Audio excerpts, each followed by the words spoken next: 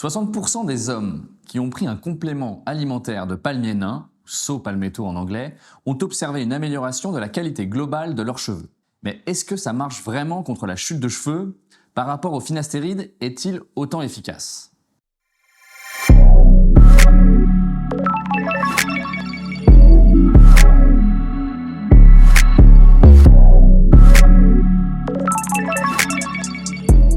Hello les guys, moi c'est Nicolas Deroal, CEO d'Herdex, et mon objectif, vous donner les clés pour mieux comprendre et maîtriser votre chute de cheveux. J'aime entrer dans le détail des études scientifiques pour vous les rendre claires, accessibles et surtout faciles à appliquer au quotidien. Dans les derniers épisodes d'Anatomie d'une chute, on a analysé en profondeur les effets secondaires du finastéride ainsi que l'efficacité du traitement sur les hommes atteints d'alopécie androgénétique. Aujourd'hui, dans ce 5e épisode, on s'intéresse au saw palmetto, le palmier nain en français, pour comprendre si oui ou non ce traitement naturel est efficace. Le palmier nain est un extrait de baie provenant d'un petit palmier originaire des États-Unis, le Serenoa repens. C'est un complément naturel utilisé depuis des siècles, notamment pour traiter les troubles urinaires ou l'hyperplasie de la prostate bénigne. En France, le Permixon est un médicament composé à 100% de palmier nain et il est recommandé pour traiter les troubles urinaires. Mais ces dernières années, il est surtout connu pour ses propriétés anti-chute de cheveux, notamment pour son potentiel à bloquer la DHT. On le voit apparaître dans plein de compléments alimentaires. Alors le mécanisme d'action du palmier nain repose sur une inhibition de la 5-alpha-réductase, comme le finastéride. Vous savez, c'est l'enzyme responsable de la conversion de la testostérone en DHT, cette hormone qui attaque les follicules pileux chez ceux d'entre nous atteints d'alopécie androgénétique. Et selon plusieurs études, le palmier nain peut réduire la fixation de la DHT sur les récepteurs des follicules jusqu'à 50%, ce qui ralentit la chute et stimule la repousse dans certains cas. Les doses recommandées pour traiter l'alopécie varient entre 200 et 320 mg par jour, généralement sous forme de capsules ou d'extraits liquides. Les études montrent que les résultats apparaissent après plusieurs mois d'utilisation, souvent entre 3 et 6 mois. L'étude que nous allons analyser a été réalisée par le Dr Rossi et publiée en 2012 dans une revue scientifique de renommée. Elle a duré 24 mois et visait à comparer l'efficacité du saw palmetto à celle du finastéride dans le traitement de l'alopécie androgénétique chez les hommes. La taille de l'échantillon. 100 hommes âgés de 20 à 40 ans présentant une alopécie légère à modérée selon la classification d'Hamilton. Sur le tableau qui s'affiche, on voit que les deux groupes ont été divisés de façon égale et dispatchés entre des hommes de niveau 1 à 4. La randomisation est le groupe placebo. Les participants ont été répartis de manière aléatoire entre deux groupes de 50.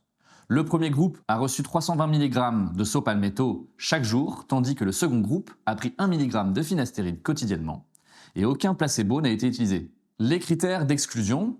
Donc les participants ont été exclus de l'étude s'ils présentaient des anomalies importantes lors de l'examen physique ou des tests laboratoires. Étaient également exclus ceux ayant subi une chirurgie capillaire, utilisé du minoxidil topique l'année précédente, pris des médicaments à propriété androgénique ou anti-androgénétique, ou souffrant d'alopécie due à d'autres causes.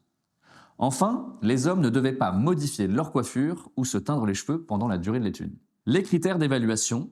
Les résultats ont été mesurés à l'aide de photographies standardisées du cuir chevelu, prises avant le début du traitement et après 24 mois. L'évaluation s'est faite via un système de notation à 7 points pour comparer l'évolution de la chute de cheveux. Les personnes qui ont mis un score de -3, cela veut dire que la chute a été très importante. Ceux qui ont mis un score de -2, cela veut dire que la chute est restée assez importante. Ceux qui ont mis un score de -1, la chute a continué, mais légèrement. Ceux qui ont mis un score de 0, ils ont constaté une stabilisation de la chute. Ceux qui ont mis un score de 1, ils ont constaté une petite amélioration. Ceux qui ont mis un score de 2 ont constaté une amélioration moyenne. Et enfin, ceux qui ont mis 3 ont constaté une amélioration importante. Alors, quel est l'indice de fiabilité de l'étude? D'abord, la randomisation. La randomisation est un point fort car elle répartit équitablement les patients dans deux groupes, évitant ainsi des biais. C'est donc très fiable. L'échantillon, 100 participants, est un échantillon correct, bien que légèrement limité pour une conclusion généralisable. C'est donc assez peu fiable. La durée de l'étude, c'est 2 ans. C'est donc une durée significative. Ça permet d'observer les effets à long terme des traitements. C'est donc très fiable. Les critères d'exclusion sont présents. C'est très fiable. Et les techniques d'évaluation, on voit que c'est seulement un formulaire pour évaluer l'efficacité basé sur les ressentis et des photographies. Il n'y a pas d'évaluation précise comme le calcul du nombre de cheveux, c'est donc assez peu fiable. Et enfin sur le placebo, eh bien l'absence d'un groupe placebo rend cette étude un peu moins fiable. Donc en conclusion, je mettrai un score de fiabilité modéré pour cette étude. Alors quels sont les résultats? Eh bien si on regarde le tableau qui s'affiche à l'écran, on peut observer les scores déterminés par les examinateurs de l'étude en fonction du type de traitement pris. Et on peut en conclure deux choses. Le saut palmetto semble efficace pour lutter contre la chute de cheveux, et enfin le saut palmetto semble moins efficace que le finastéride. Alors pourquoi semble-t-il efficace? Eh bien si on regarde le groupe saut palmetto, on voit que personne n'a mis un score de -3 ou -2. En gros, personne n'a déclaré qu'une chute importante ou moyenne avait continué. Seulement 10% a mis -1, soit une légère chute. 52% ont mis 0, soit un arrêt, une stabilisation de la chute. 38% ont mis 1, soit une légère amélioration. Pourquoi le saut palmetto semble moins efficace que le finastéride? Eh bien, 60% des utilisateurs de finastéride ont vu une augmentation de leur densité capillaire, contre seulement 38% pour le saut palmetto. 6% ont vu une amélioration moyenne, ils ont mis +2, contre 0% pour le saut palmetto, et 2% a vu une amélioration très importante, contre 0% pour le saut palmetto. Donc si on fait une moyenne, ça donne 38% des utilisateurs du saut palmetto remarquent une amélioration, contre 68% pour le finastéride. Cette étude confirme que le saut palmetto a un effet stabilisant sur la perte de cheveux, mais son efficacité est inférieure à celle du finastéride. Cependant, il offre une alternative naturelle sans effet secondaire majeur.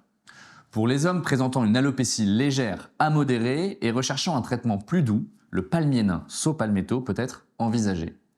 Mais pour une action plus puissante, le finastéride reste l'option privilégiée. N'hésitez pas à vous abonner à la chaîne pour pouvoir recevoir des notifications pour les prochains épisodes d'Anatomie d'une chute. Merci à vous et très belle journée.